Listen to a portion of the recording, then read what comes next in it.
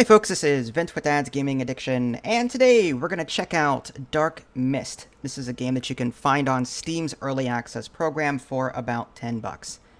I stress early access, that means the game is still under development, and as such, everything that you're about to see here is subject to change, including this review.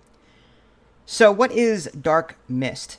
Well, this is a deck building card game that takes place in a grid. In the first level that you play, it'll be a 3x3 grid, and as you progress through the levels, it'll be a 4x3 and so on. You are the hero on the bottom of the screen, and you have a deck of cards. The hero that you choose before your run will determine what kind of starting deck you get. There's like a Berserker class and other classes that you'll be able to unlock along the way, like the Bug Master, for example. I believe I saw Prophet and Chaos Knight anyway. So, like a typical deck builder, you've got so many action points or energy per turn, and each card costs energy to play. So you have to pick and choose which cards from your hand you're going to play and what it can do.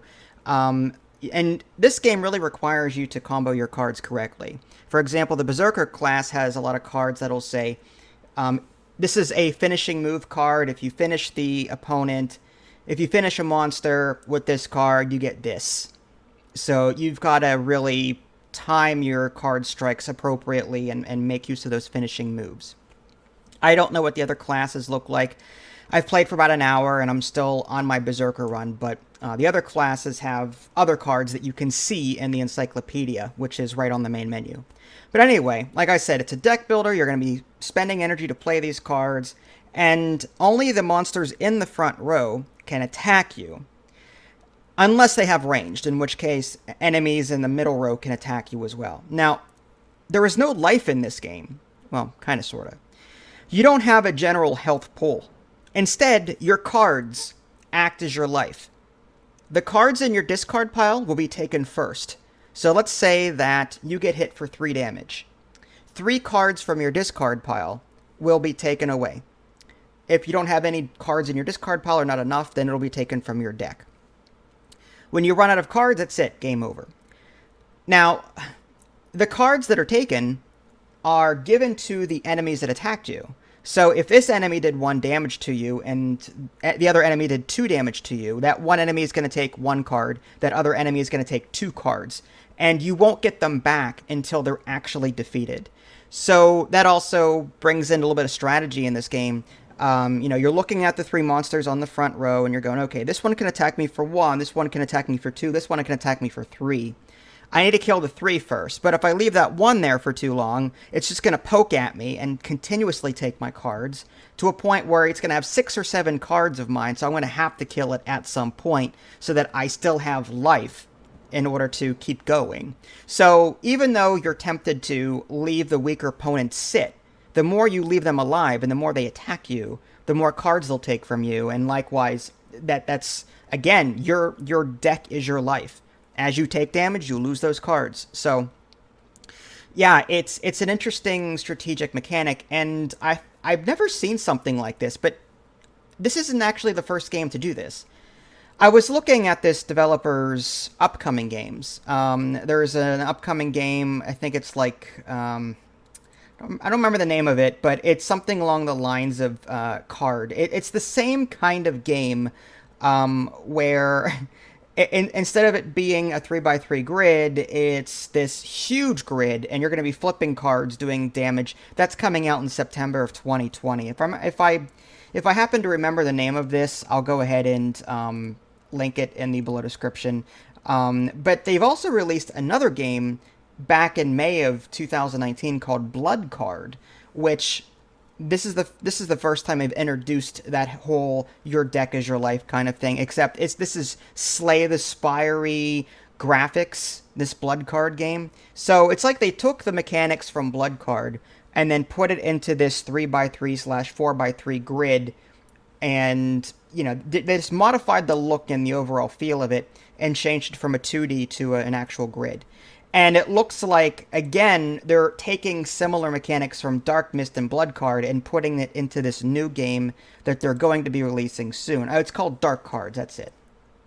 This Dark Cards game is coming out in September of 2020. And like I said, it looks like there's a grid associated with it, but it looks like it's an 8x5 grid of some kind. Then you and your opponent are going to be doing various things, flipping cards.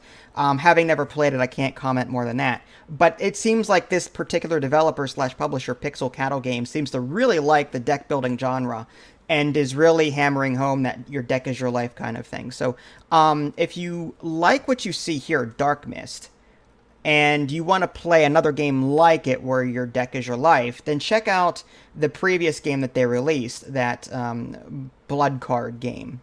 And then be on the lookout for their upcoming game, which is that Dark Cards. Yeah, I wish the names were a bit more creative than that, but, you know, as long as the game plays well, I really don't care.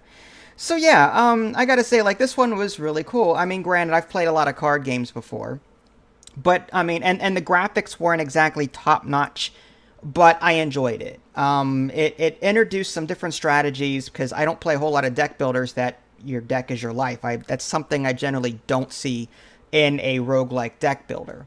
A lot of deck builders copy and paste Lay the Spire, and that's it, minus some details. You can also customize your run in this game, which is nice. For example, you can make it easier or harder depending on your preferred play. And like I said, there are other characters to unlock and play as. You can even set the difficulty level, but you'll have to unlock these difficulty levels as you play.